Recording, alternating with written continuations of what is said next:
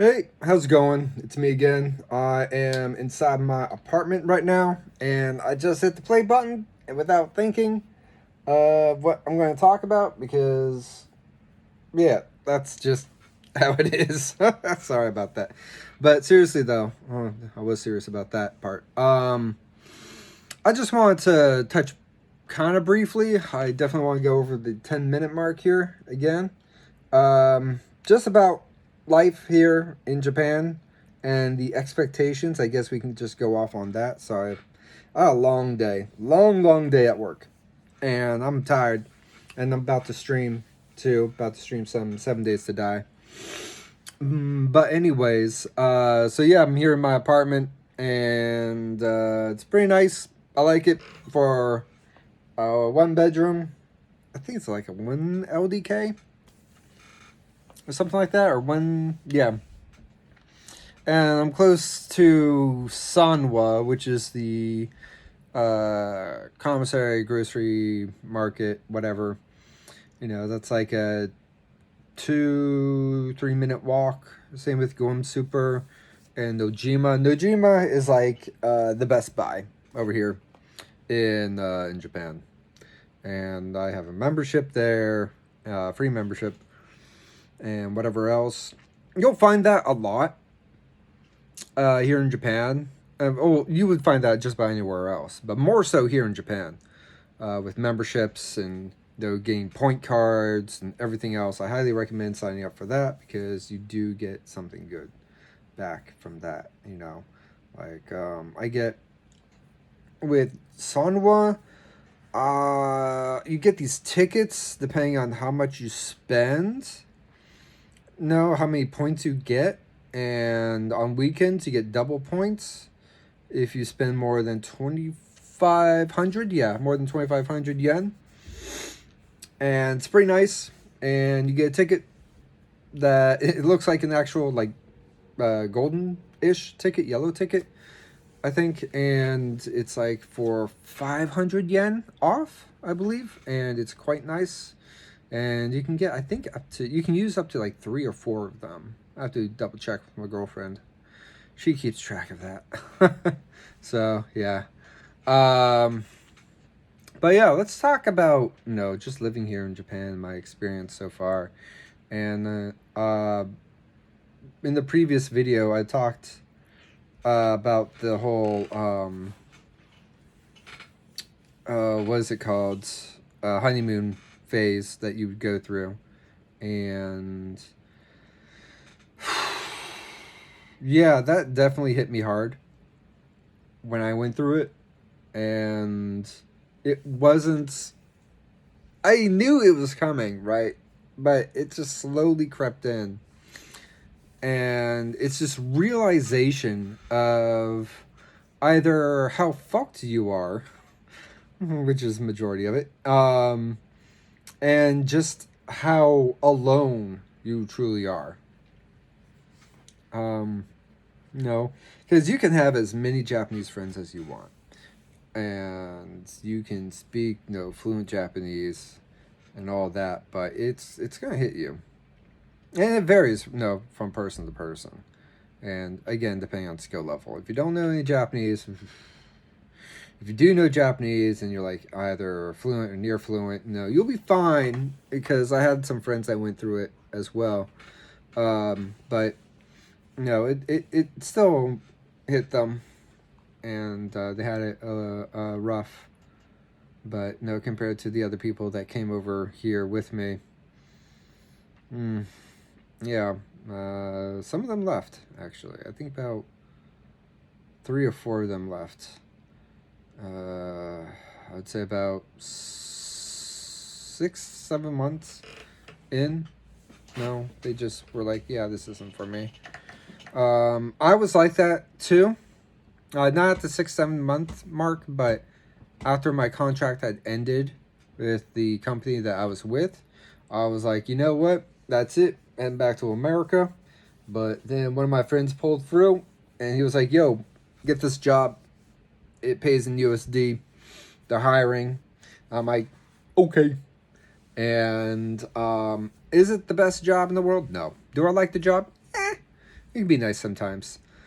But it pays in USD, and I'm currently going through the whole SOFA status, and that's so nice.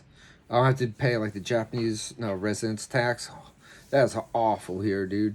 Depending on where you live, and pension because the company is here. Like you gotta realize like no, the majority of the time that people know how they get over here is through dispatch companies like Nova or Interact or Borderlink, GABA.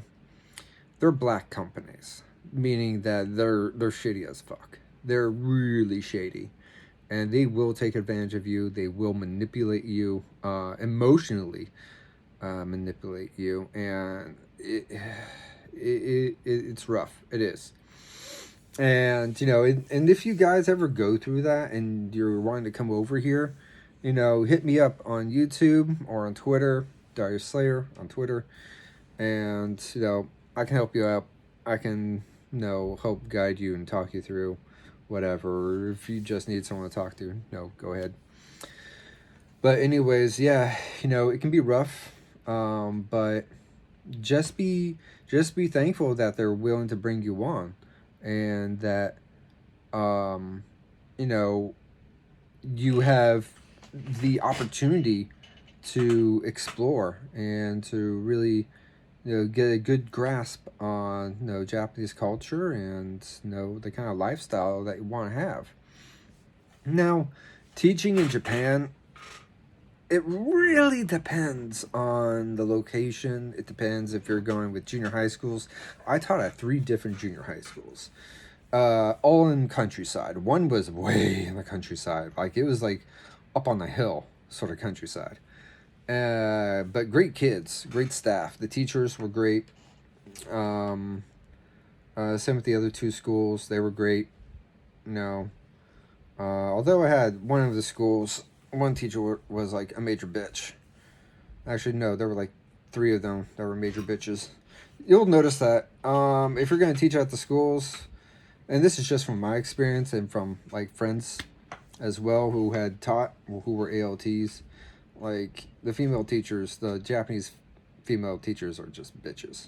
Not all of them, obviously, but majority, yeah, yeah, they're going to get on your case. Just be ready for that. As for the male teachers, majority of them chill, so chill. You know, yeah, they took their job seriously, obviously, but no, they were just laid back for the most part. Did have a problem with one teacher, one male teacher, but that was just him. He must have had like a bad day or something. I don't know. I don't blame him. I don't know what the personal reason was, but it must have been like a bad day for him. So whatever. Um, what else about here living in Japan? There's certainly a lot to see and a lot to do. You know, grant, yeah. No, that goes without saying, and just take your time. Like if you really want to stay here for like a long time, and I plan on staying here for a long time, and this train of thought will probably seep into you as well as it has happened to me, is that the longer you stay here and you really start noticing the differences, not just the obvious differences between living in Japan and in America or wherever else you're from. Well, this is in particular for those who are coming from America and moving here to Japan, is that, the longer you live here, you start noticing the subtle differences and like just the quality of life, of just how good it is, how much safer it is living here compared to in America, especially economically. I know, like I'm not oblivious to how weak the yen is here, and all that, but find yourself a good job, learn Japanese. You don't have to be like a, what was it, like an N1 or N2. N3 is fine. You know, you can get yourself a good job as an N3 at an N3 level. Obviously, if you were N1, N2, yeah, definitely. Um, but even then, the Japanese, they don't expect you to be fluent. No, no, no, they don't. If they do, then that's on them. Um, but from friends who are working in jobs where they have to speak Japanese, it's not necessarily that some jobs do require that you have to read Japanese, but reading like kanji, you don't really need to read kanji because like most of my Japanese friends were like, it's so annoying. It's really annoying. Studying and learning kanji. It's like if you don't get it, it's fine. It's fine as long as you know hiragana and katakana. You're fine. You'll be good. Don't worry. Kanji to them is also a pain in the butt. So don't worry about that. Um, but yeah, going back to the noticing the subtle differences, it's like it. I feel like I just want to stay here longer. Like there's obviously the places I want to go, like Okinawa. I plan on going to Okinawa sometime next year, probably before the summer. Maybe during the summer. Maybe for my birthday next year. I might just do that. I might just go to Okinawa next year. And you'll realize, like, after you spend your first year here and you have money saved up and you find like a better job after you leave like the dispatch company, hopefully, because you won't make that much money at like working at any of those dispatch companies. You won't. You'll make less than a McDonald's worker. Yeah, you will. Like McDonald's worker now currently, they make about between 16 to 1700 yen an hour. This is like a couple months ago, no, 3 months ago, that I saw a flyer that local McDonald's was hiring. And dispatch companies, you make around between 1,000 to 1,100 yen an hour, prorated. Yeah, so good luck with that. Uh, find yourself a sugar mama, but you know, hopefully you have a plan. You need a game plan before you come over here. I'm serious about that. You need to find something or another job lined up, or get your Japanese skills up there, or apply for like jobs on usajobs.gov and work for on base somewhere, Air Force, Navy, whatever. It doesn't matter. Just apply to any job that's open to the public, and there you go. You're set. You have to go through the bullshit routine that I had to go through. You'll live. Don't worry. But once you acquire that, be it that job or any other job that is not dispatch, and you have time to really explore Japan, oh my god. Oh my god. You're going to love it.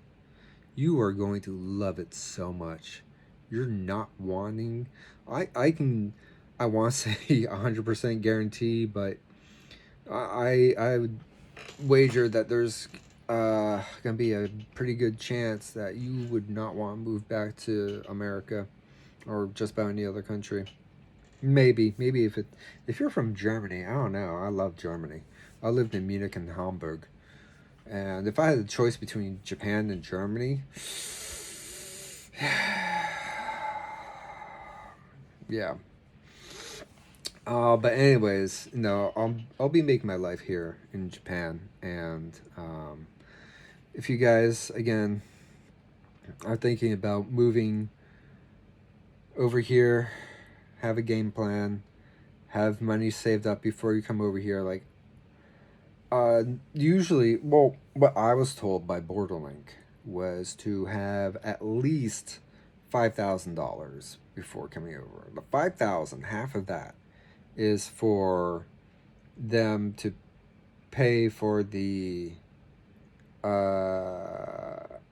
initial fee of the apartment and whatever else, and paperwork, and it was something, but I know that half of it was like for whatever uses that they had. I do remember that.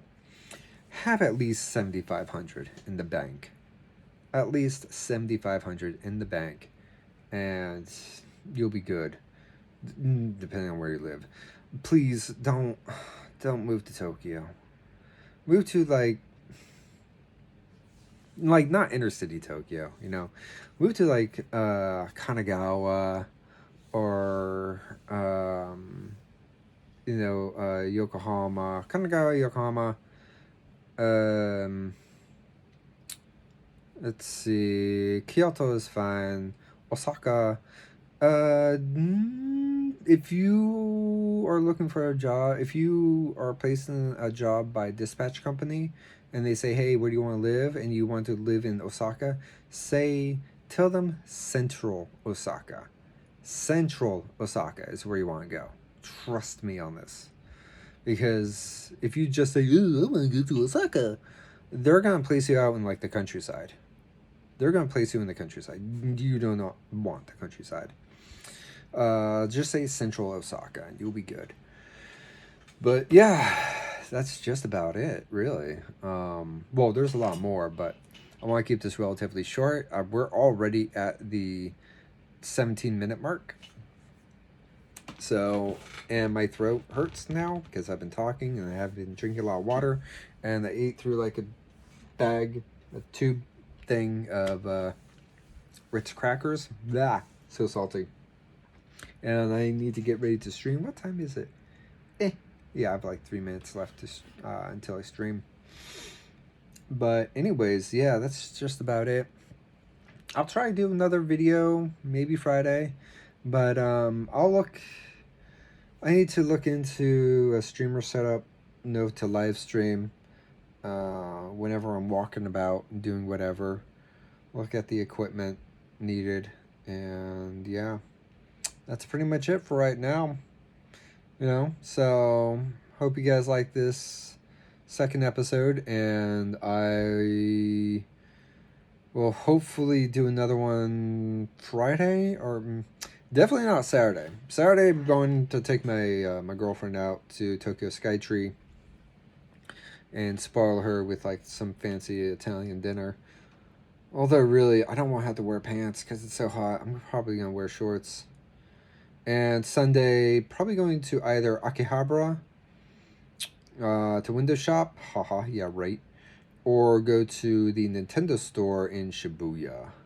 See, that's the thing. When you guys come and live here, and you can go to all these places and just live your dream, Granted that you're not working for a dispatch company at that time, because you will be broke, if you do all the things that I'm doing.